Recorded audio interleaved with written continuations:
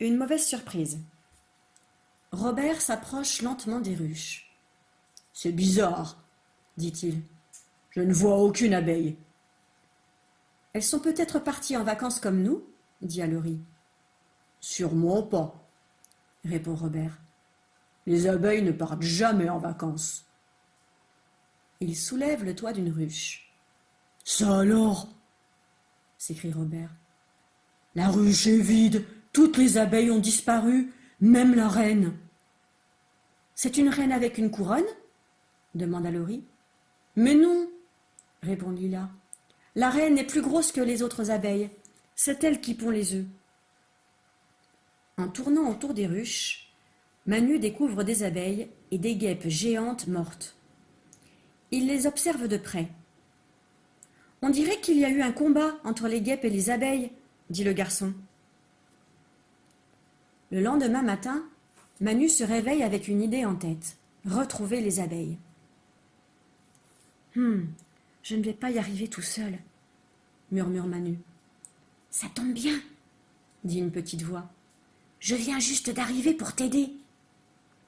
Manu reconnaît la voix de Kimamila. Kimamila s'écrie-t-il, tout content de retrouver son ami. On va aller observer les ruches ensemble, dit le lutin.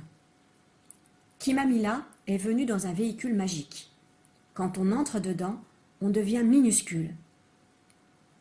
Le véhicule file entre les herbes. Il s'arrête dans un buisson de ronces à côté des ruches. Tout à coup, Manu devient tout pâle. Regarde cette petite branche s'écrie le garçon. Je ne vois rien de spécial, répond Kimamila. Mais cette branche, elle bouge, elle est vivante s'écrie Manu. La branche bouge. Elle a 6 longues pattes et elle avance vers le véhicule. C'est un monstre crie Manu. Il faut vite se sauver. Les cris de Manu réveillent d'autres branches. Elles commencent aussi à bouger.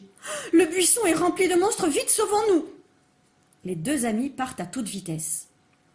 Manu va vite prévenir Robert. J'ai trouvé un buisson de monstres, dit le garçon. Robert est surpris. Il n'a jamais vu de monstre à côté de chez lui. Ces monstres ressemblent à des branches, explique Manu. Ils ont 6 pattes et ils bougent. Robert éclate de rire.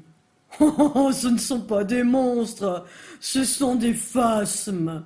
Et ils ne sont pas dangereux, car ils ne mangent que des feuilles. Un rhinocéros, ça ne mange que de l'herbe, répond Manu. Et pourtant, c'est drôlement dangereux.